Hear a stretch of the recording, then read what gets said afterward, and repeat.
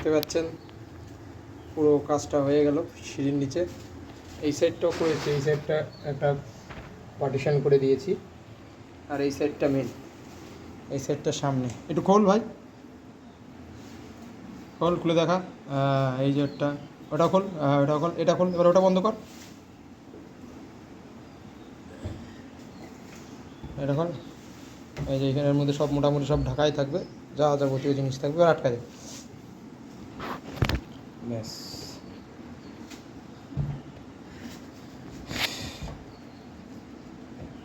ব্যাস এবার সরে প্রচুর সময় লাগে এগুলো করতে গেলে, অনেক সময় লাগে, এই পেস্টিংয়ে প্রচুর সময় চলে যায়।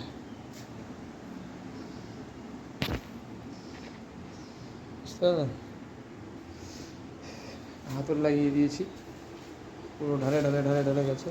এইখানে 4 ইঞ্চি গ্যাপ ছিল, ওই গ্যাপটা একটা প্লাই দিয়ে সোজা করে দিয়েছি, সিঁড়িটা যখন গ্যাপটা ঠিক করে দিয়েছি।